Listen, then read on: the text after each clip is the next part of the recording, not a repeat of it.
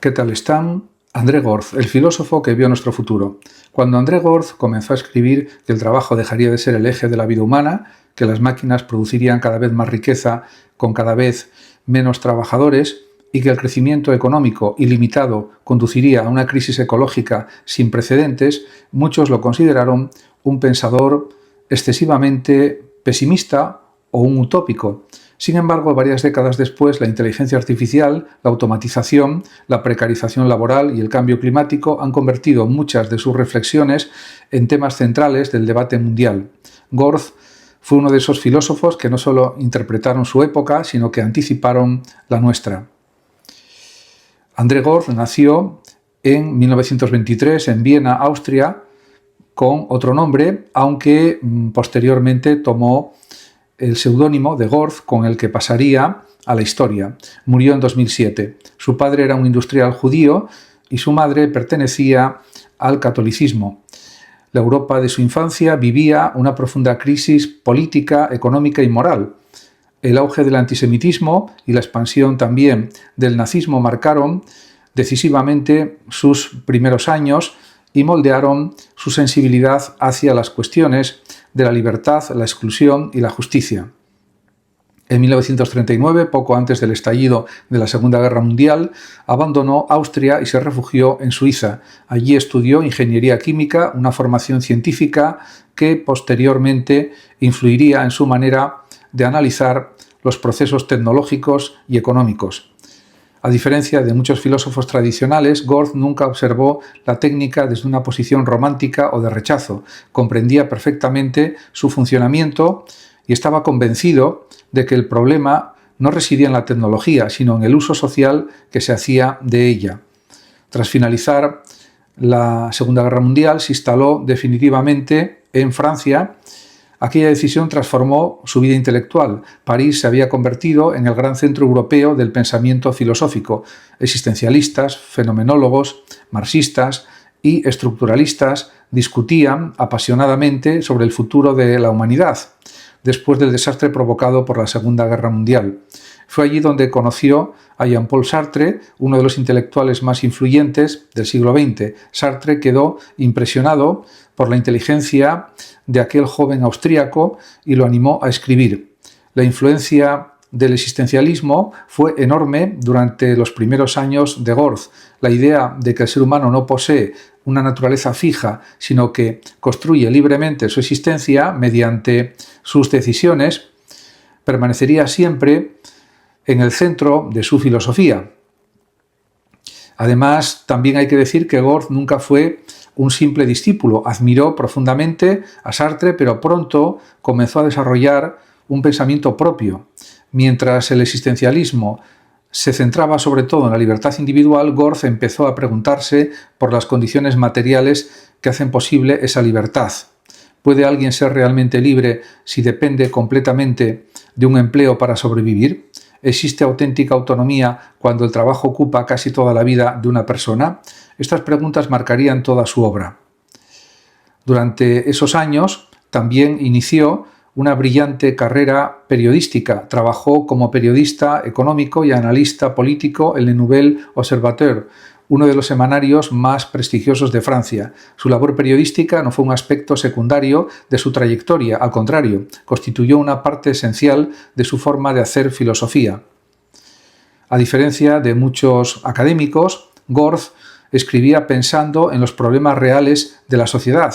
Analizaba las transformaciones del capitalismo, la evolución del empleo, el desarrollo tecnológico y las nuevas formas de producción con un lenguaje claro y accesible, sin renunciar por ello al rigor intelectual.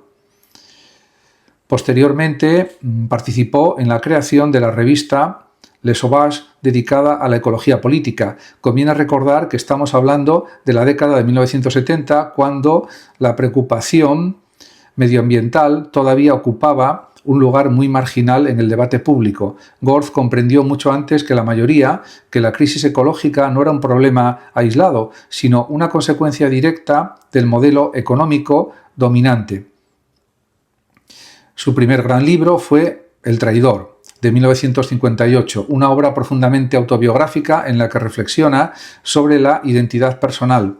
El título hace referencia al individuo que rompe con las identidades que la sociedad le impone para construir libremente su propio camino.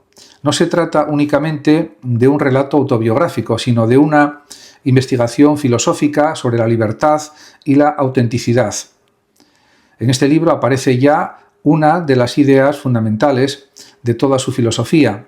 El ser humano debe convertirse en autor de su propia existencia, pero esa autonomía nunca puede alcanzarse únicamente mediante un acto de voluntad. También depende de las estructuras económicas y sociales que condicionan la vida cotidiana. En Estrategia obrera y neocapitalismo de 1964, en este libro, Gorz comenzó a analizar las profundas transformaciones que estaba experimentando el capitalismo europeo tras la Segunda Guerra Mundial. Observó que el crecimiento económico, el consumo masivo y el estado del bienestar estaban modificando la situación descrita por Karl Marx un siglo antes. Según Gorz, el proletariado industrial seguía siendo importante, pero ya no podía considerarse el único sujeto capaz de transformar la sociedad. El capitalismo había aprendido a integrar muchas de las reivindicaciones obreras mediante aumentos salariales, mejoras laborales y expansión del consumo. La dominación ya no se ejercía únicamente mediante la explotación económica, sino también mediante nuevas formas de dependencia cultural y psicológica. Esta reflexión preparó el terreno para una de sus obras más influyentes y polémicas, Adiós al proletariado, de 1980. En este libro sostuvo una tesis que escandalizó a buena parte de la izquierda marxista. La clase obrera industrial estaba dejando de ser el motor histórico del cambio social. Su argumento no consistía en afirmar que los trabajadores hubieran desaparecido, sino que la propia evolución tecnológica estaba reduciendo progresivamente el peso del trabajo industrial tradicional. La automatización, la robotización y las nuevas formas de organización empresarial modificaban radicalmente la estructura del empleo. Muchos marxistas interpretaron esta tesis como una traición a Marx. Sin embargo, Gorz respondía que precisamente estaba aplicando el método marxista al capitalismo contemporáneo. Si la realidad cambia, decía, también debe cambiar el análisis filosófico. Lo sorprendente es comprobar hasta qué punto sus predicciones resultaron acertadas. Décadas después de la economía digital, del teletrabajo y de las plataformas tecnológicas, Gorz ya advertía que el empleo estable dejaría de ser la norma para millones de personas. Su pensamiento comenzó entonces a girar alrededor de una pregunta decisiva. Si las máquinas producen cada vez más riqueza con menos trabajo humano, ¿por qué seguimos organizando toda la sociedad alrededor del empleo asalariado? Para Gorz, esa contradicción constituía uno de los grandes problemas del capitalismo actual. El progreso tecnológico debería servir para liberar tiempo, reducir el esfuerzo humano y ampliar la autonomía de las personas. Sin embargo, ocurría exactamente lo contrario. La productividad aumentaba, pero también crecían la precariedad, la inseguridad y la dependencia del mercado laboral. Aquí aparece una de sus ideas más revolucionarias. El trabajo asalariado no debe convertirse en el centro de la identidad humana. Las personas poseen un valor mucho mayor que su productividad económica. Esta afirmación puede parecer evidente, pero Gorz sostenía que las sociedades modernas se organizan prácticamente toda la vida alrededor del empleo. La educación prepara para trabajar, los horarios giran alrededor del trabajo, el reconocimiento social depende del trabajo, incluso buena parte de la autoestima personal se construye a partir de la profesión. Para él, esa situación empobrecía profundamente la existencia humana. El trabajo es importante, pero no debería absorber toda la vida. La creatividad, el arte, la participación política, la cultura, la amistad, el cuidado de los demás o el simple tiempo libre poseen un valor que ninguna economía puede medir ni cuantificar. Esta reflexión sería desarrollada con enorme profundidad en Metamorfosis del trabajo, una de las obras donde también aparece su pensamiento ecológico, su defensa de la renta básica, su crítica al crecimiento ilimitado, y tuvo una gran influencia en la filosofía contemporánea. En este sentido, sorprende la actualidad de sus ideas en la era de la inteligencia artificial. Hay que decir también que la obra que mejor resume también la madurez intelectual de André Gorz es probablemente Metamorfosis del trabajo. Y es una obra de 1988. En este libro desarrolla una idea que hoy parece casi inevitable, pero que en aquel momento resultaba profundamente provocadora. El empleo asalariado dejaría de ser el centro de la organización social. Para Gorz, el trabajo no estaba desapareciendo, sino transformándose. Las nuevas tecnologías permitían producir más con menos trabajadores, mientras que el sector servicios crecía al mismo tiempo que aumentaban los empleos temporales a tiempo parcial y precarios. Su tesis era sencilla, aunque de enormes consecuencias. Si una sociedad necesita cada vez menos trabajo humano para producir riqueza, resulta absurdo seguir repartiendo esa riqueza únicamente a través del salario. El empleo deja entonces de ser un buen criterio para distribuir los recursos. Esta reflexión lo llevó a defender una reducción progresiva de la jornada laboral y más adelante distintas formas de renta garantizada como la mejor solución. Es importante también comprender que Gorz no proponía dejar de trabajar, nunca defendió una sociedad ociosa o improductiva. Lo que criticaba era la identificación entre trabajo y empleo asalariado. Para él existen innumerables actividades esenciales para la sociedad que nunca aparecen en las estadísticas económicas: cuidar de los hijos o de los mayores, colaborar en asociaciones, participar en la vida cultural, estudiar, investigar, crear arte, escribir o simplemente dedicar tiempo a la comunidad. La economía moderna, afirmaba, solo reconoce como trabajo aquello que genera un salario. Sin embargo, muchas de las actividades más valiosas para una sociedad quedan fuera del mercado. Por ello insistía en distinguir entre el empleo remunerado y el trabajo entendido como actividad humana creadora. Esta idea conecta con otro de sus libros fundamentales, Crítica de la razón económica, de 1989. En esta obra sostiene que las sociedades contemporáneas han terminado subordinando prácticamente toda la existencia a criterios económicos. El éxito de una política pública suele medirse por el crecimiento del Producto Interior Bruto, las empresas juzgan su actividad únicamente por la rentabilidad, las personas acaban evaluando su propio valor según su productividad, etc. Gorz consideraba que este fenómeno constituía una auténtica colonización de la vida por la economía. La lógica económica, que debería ser un instrumento al servicio de las personas, había terminado convirtiéndose en el criterio supremo para juzgar todas las dimensiones de la existencia. Y esto era algo negativo en sí mismo. En este punto aparece una de las grandes diferencias entre Gorz y muchos economistas actuales. Él nunca identificó prosperidad con crecimiento económico. Una sociedad puede aumentar constantemente su producción y, sin embargo, empobrecer la calidad de vida de sus ciudadanos si destruye el medio ambiente, reduce el tiempo libre o deteriora las relaciones humanas. De esta forma, y precisamente aquí, comienza su pensamiento ecológico, una de las aportaciones más influyentes de toda su trayectoria intelectual. Hoy, la ecología ocupa un lugar central en el debate político, pero cuando Gorz empezó a escribir sobre ella, durante la década de 1970, era considerada una preocupación marginal. Él comprendió muy pronto que la crisis ambiental no era simplemente un problema técnico, sino una consecuencia lógica de un modelo económico basado en el crecimiento permanente o ilimitado. En Ecología y Libertad, publicado en 1977, en este libro, sostiene que una economía organizada para crecer indefinidamente choca inevitablemente con los límites físicos del planeta.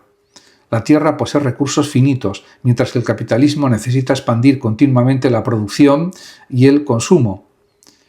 Sin embargo, Gorz nunca defendió un rechazo de la tecnología. Al contrario, pensaba que la innovación científica podía contribuir decisivamente a construir una sociedad más sostenible. El problema no eran las máquinas, sino el uso que se hacía de ellas.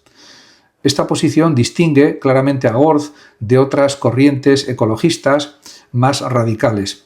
Él no proponía regresar a formas de vida preindustriales. Creía que el progreso tecnológico podía convertirse en un extraordinario instrumento de emancipación siempre que estuviera subordinado al bienestar humano y no únicamente al beneficio económico. Décadas después, surgirían conceptos como el de decrecimiento, el poscrecimiento o la economía sostenible. Aunque Gorth nunca utilizó exactamente todos esos términos, gran parte de estas corrientes reconocen en él a uno de sus principales inspiradores.